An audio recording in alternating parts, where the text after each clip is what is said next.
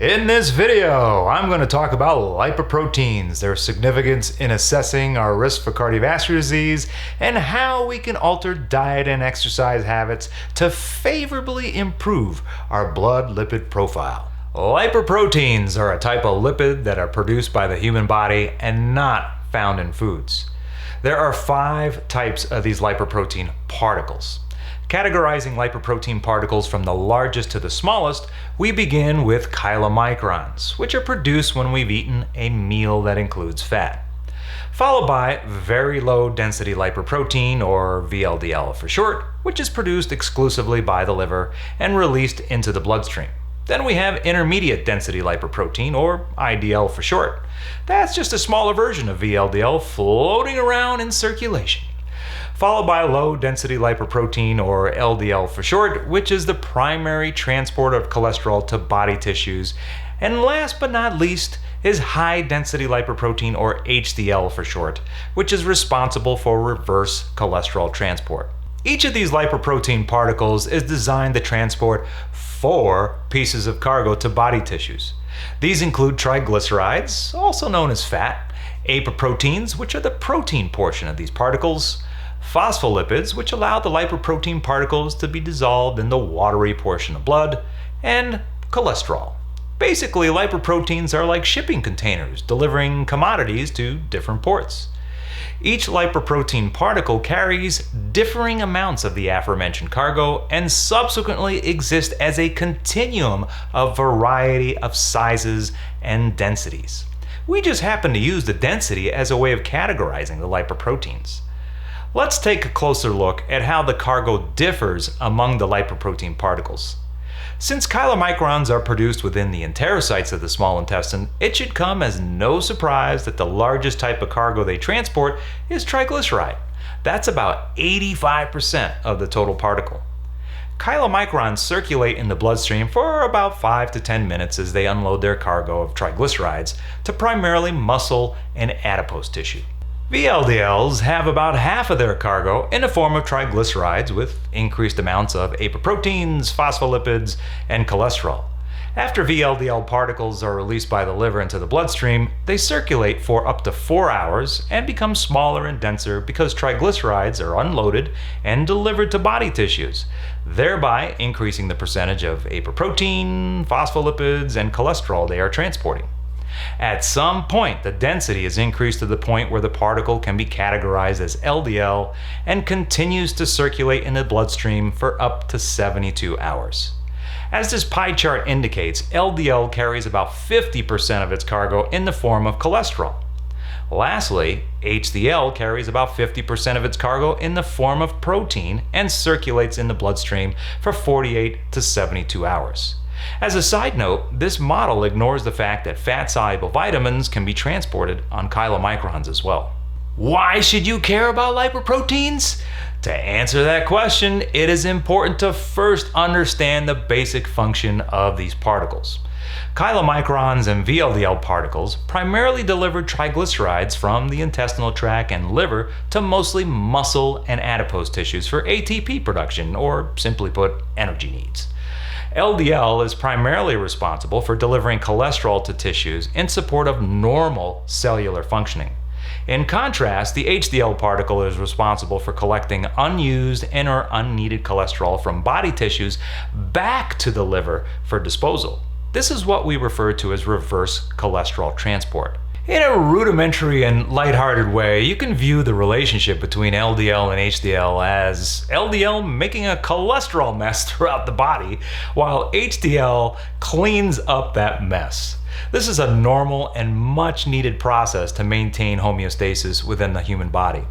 The reason why these lipoprotein particles are important is because they have an impact on our risk for cardiovascular disease.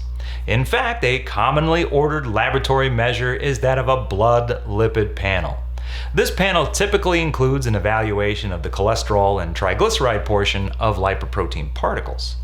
It is important to make that distinction that this panel only analyzes the cholesterol portion of the particle and not the whole lipoprotein particle. So the apoproteins and phospholipids are essentially ignored. Typically, a blood lipid panel would include an analysis of the amount of cholesterol being carried on VLDL, LDL, and HDL. So, if a lipid panel indicates that your patient's LDL cholesterol is 91 milligrams per deciliter, that means that the LDL particles in that blood sample contained 91 milligrams of cholesterol. This slide shows the NSEP guidelines for favorable cholesterol and triglyceride levels.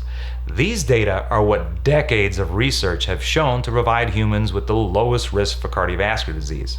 It is important to note that as scientists and clinicians, we make an inference that the cholesterol cargo is indicative of how many particles are circulating in the bloodstream. While the traditional blood lipid panel is a useful tool in predicting someone's risk, you should be aware that it does not provide the entire picture. More recent research has suggested that the number of lipoprotein particles in circulation and how cholesterol is distributed among the particles is an additional tool to describe risk. This is especially important in individuals that have a desirable lipid panel, but end up having a heart attack anyway. How did that happen? Well, it turns out that when LDL and HDL are smaller and more triglyceride dense, they increase the risk of cardiovascular disease. In other words, if these particles are small and loaded with a bunch of triglyceride as their cargo, our risk for having a heart attack goes up. And yes, that even includes HDL. These triglyceride-dense forms of HDL behave badly.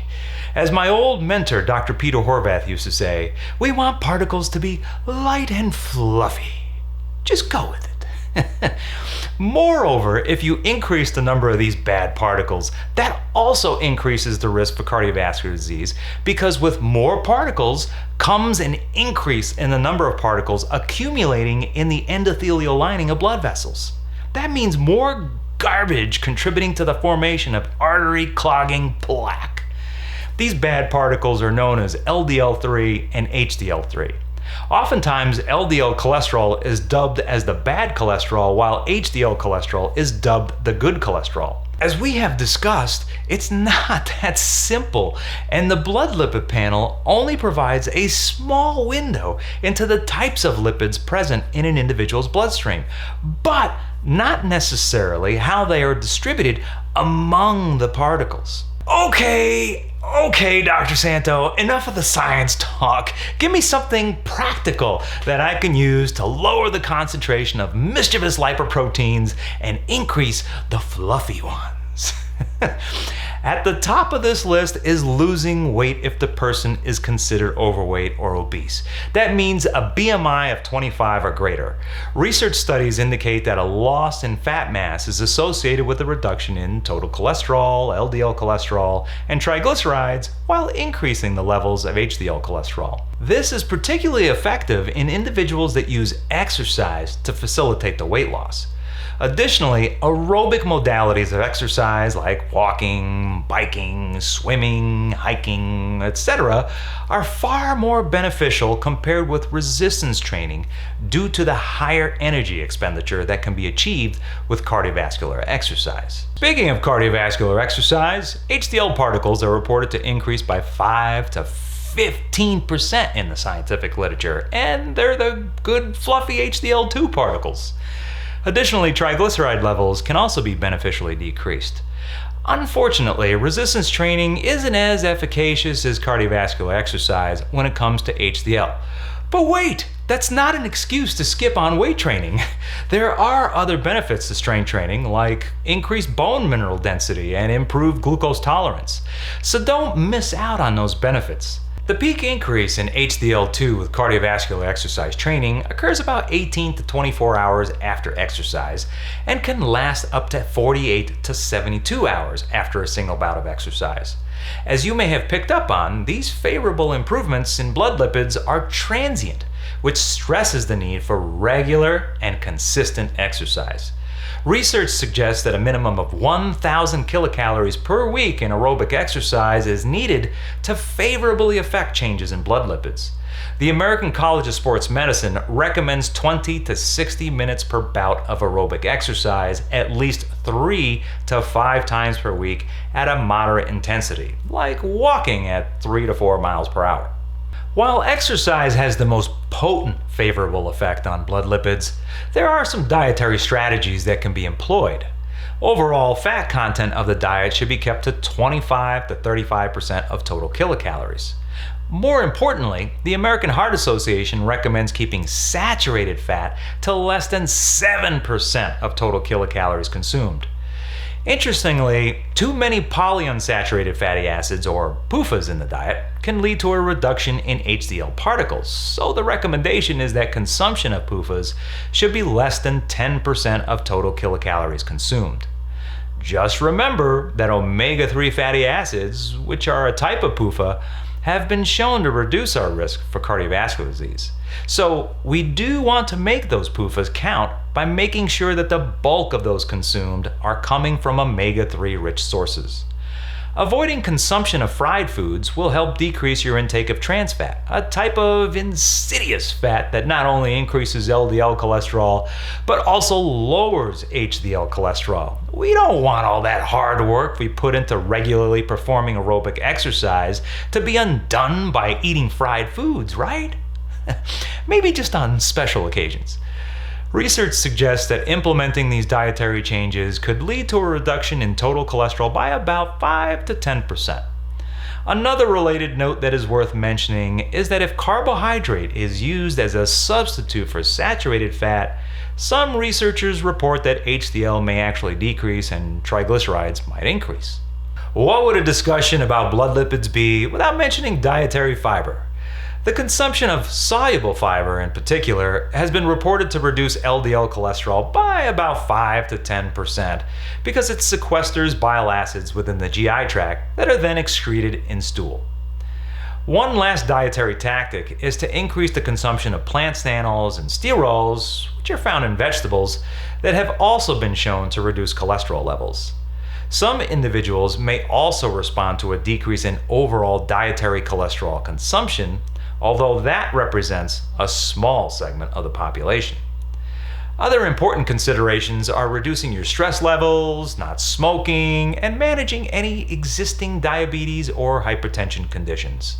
In summary, understanding how to interpret the blood lipid panel is an important consideration in helping patients manage their risk for cardiovascular disease.